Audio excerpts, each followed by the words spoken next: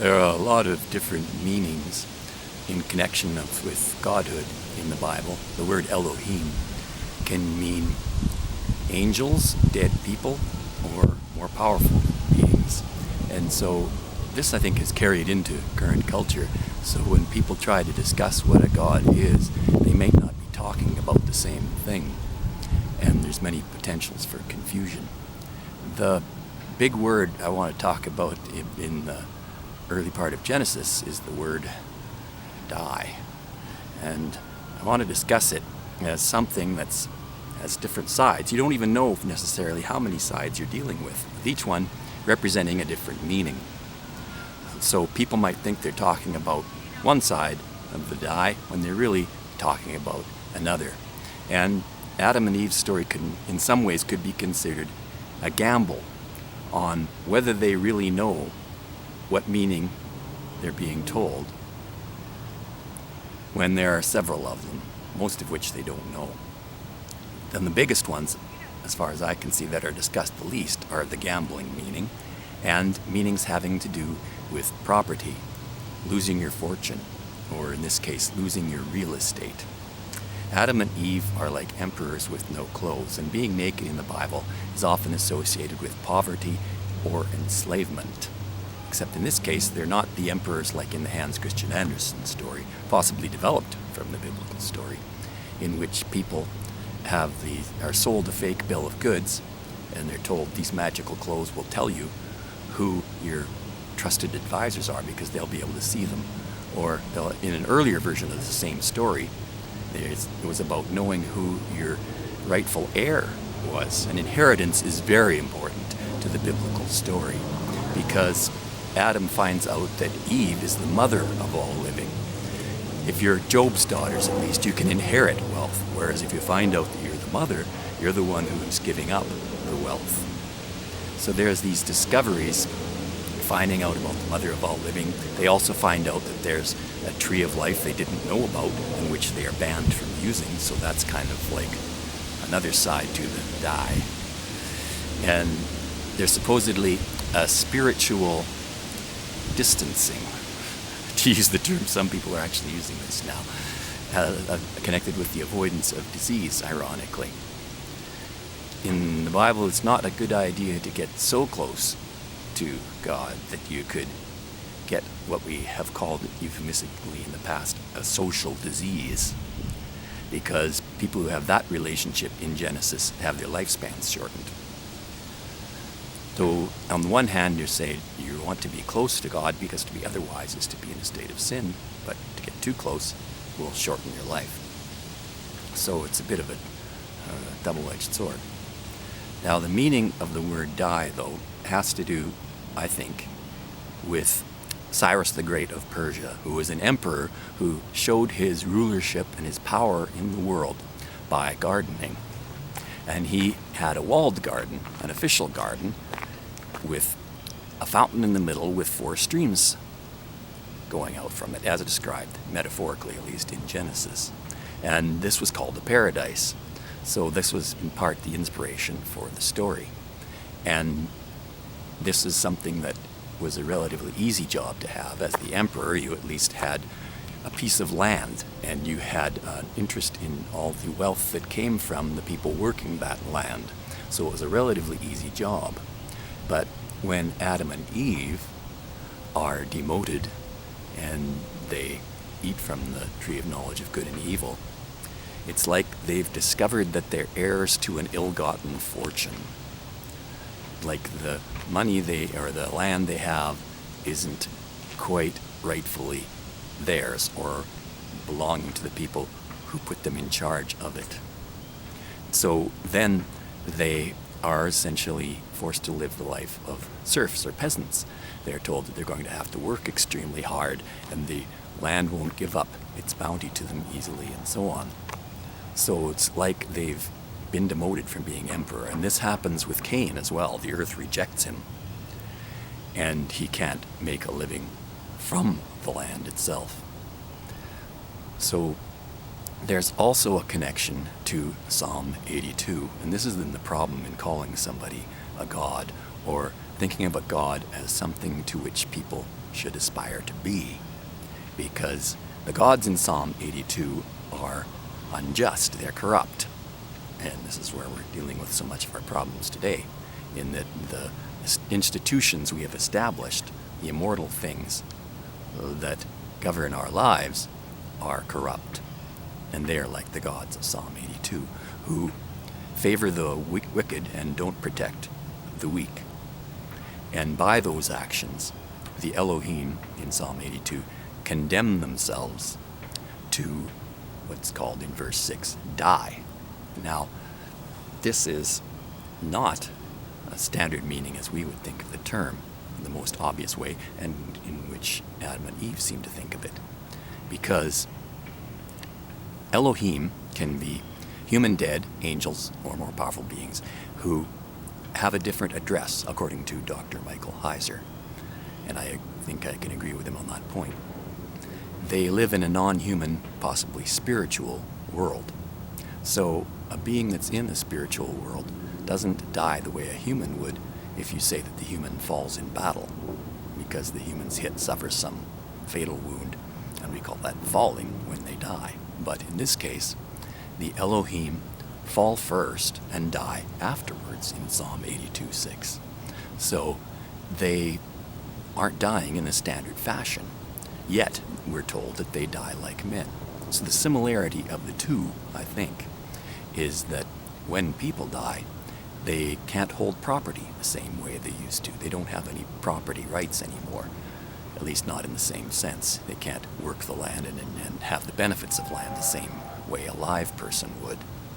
And the Elohim can share in that because they have interests in land here on earth. So they can be demoted, and the way they are demoted, figuratively dying, is that they've made the wrong interpretation of the real rules of their game. They think they can go on the same way forever, cheating, and never have it catch up to them. When, according to Psalm 82:6, they in fact have a law which governs them, which they aren't entirely aware of, which is that if they act unjustly, they forfeit the rights to their property.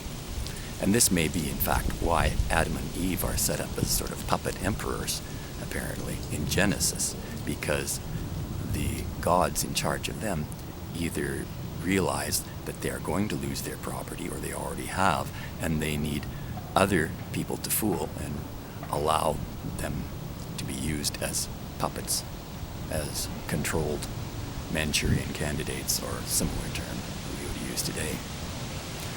Now, just before Psalm 82, there's a deity unrecognized by the psalmist, who's an Elohist, a fan of Elohim, or someone writing from Elohim's perspective and praising Elohim. A voice he doesn't recognize, which presumably is Yehovah. And this deity says, the Lord says, Israel, follow me and obey my commands, and I will defeat your enemies in battle. Whereas in Psalm 82, it's an appeal to justice, the belief that the righteous, even the meek, will eventually prevail and inherit the earth. This is very important, it seems to me, a precursor of what the situation is with Jesus, because in the last verse of Psalm 82, you have a promise of inheritance, essentially, of a God realizing ownership of all the territories that the corrupt gods forfeited because of their behavior.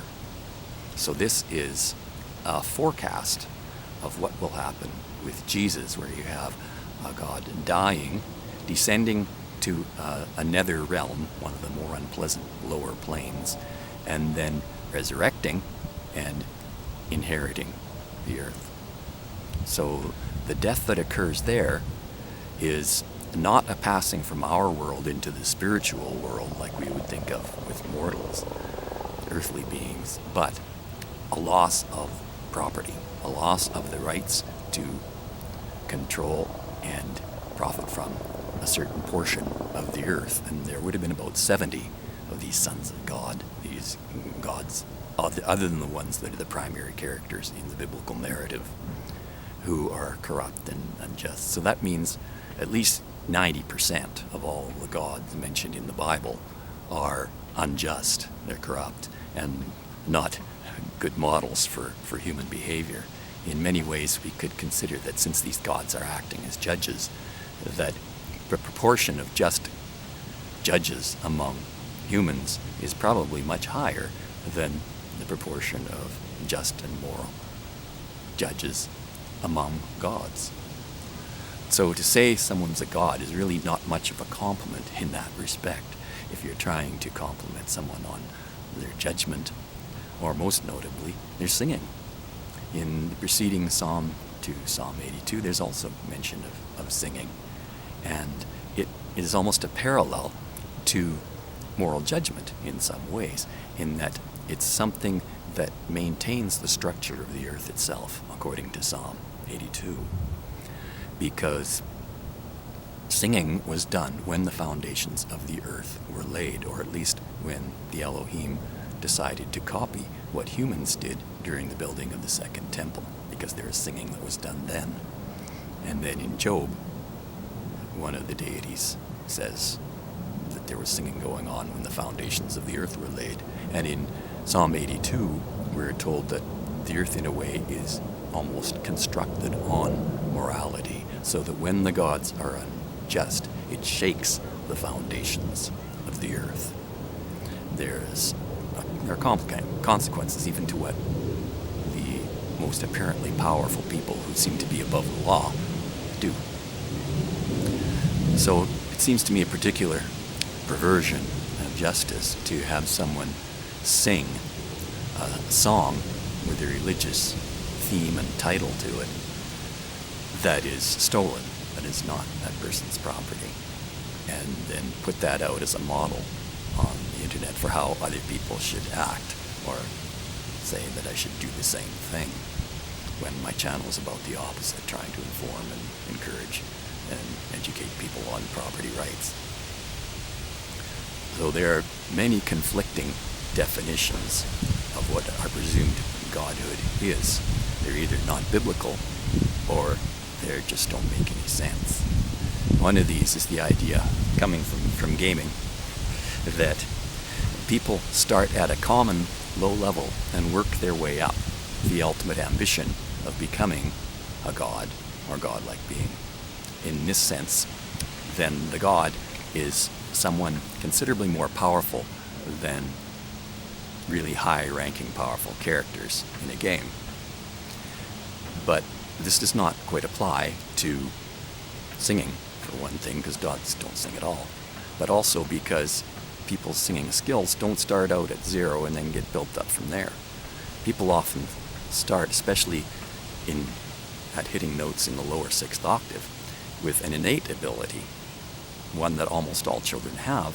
Then they lose it, and the people who the small proportion who somehow manage to retain the ability to hit those high notes into adulthood are sometimes called gods, which doesn't make sense because gods don't sing. Also, it doesn't make sense in the sense of the gaming meaning, where you're starting from zero and building your way up, because it's more like not losing as much as other people, rather than gaining a lot more than other people. In terms of analysis, I think it's similar in some ways. Children start out with an innate curiosity and a love of learning, which many of them lose because of the educational system. And people don't understand why I look at things the way I do.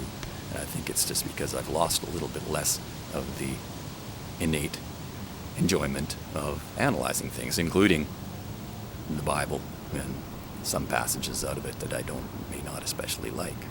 Just because I look at a certain subject and like to learn about it doesn't necessarily mean that I'm a fan of the subject itself.